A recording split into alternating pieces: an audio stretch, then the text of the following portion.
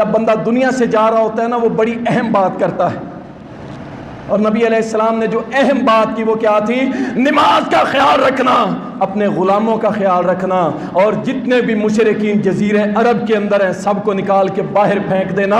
رسول اللہ صلی اللہ علیہ وسلم کا یہ خطبہ تھا، اور اس کے بعد رسول کریم صلی اللہ علیہ وسلم 12 ربیع الاول 11 ہجری، عمر 63 برس 4 دن مکمل ہو چکی،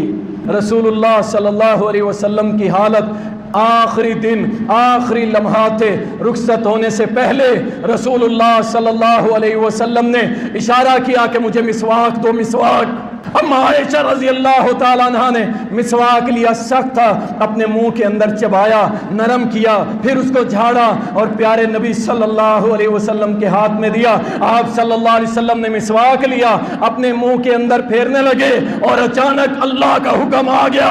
اللہ کا حکم آ گیا کہ اے محمد صلی اللہ علیہ وسلم آج سے دنیا چھوڑ کے اپنے رب کے پاس آ جائیں۔ اما عائشہ کہتی ہے رسول اللہ صلی اللہ علیہ وسلم کا سر مبارک جو تھا وہ میری تھوڑی اور میرے سینے کے درمیان لگا ہوا تھا، لیکن اچانک جو انگلی آسمان کی طرف جا رہی تھی، جو انگلی اوپر اٹھ رہی تھی، وہ رسول کائنات، وہ ابو بکر کا رسول، وہ عمر کا رسول، وہ سیدنا عثمان کا رسول، وہ سیدنا علی کا نبی، وہ 1.5 لاکھ صحابہ کا نبی، وہ 1.25 ارب امت کا نبی، جس انگلی سے کہہ رہا تھا اللہم رفیق الاعلی۔ اما عائشہ کہتی ہیں کہ وہ انگلی زمین پہ گر گئی، اور رسول اللہ صلی اللہ علیہ وسلم دنیا سے رخصت ہو گئے، فوت ہو گئے۔ اللہ اکبر۔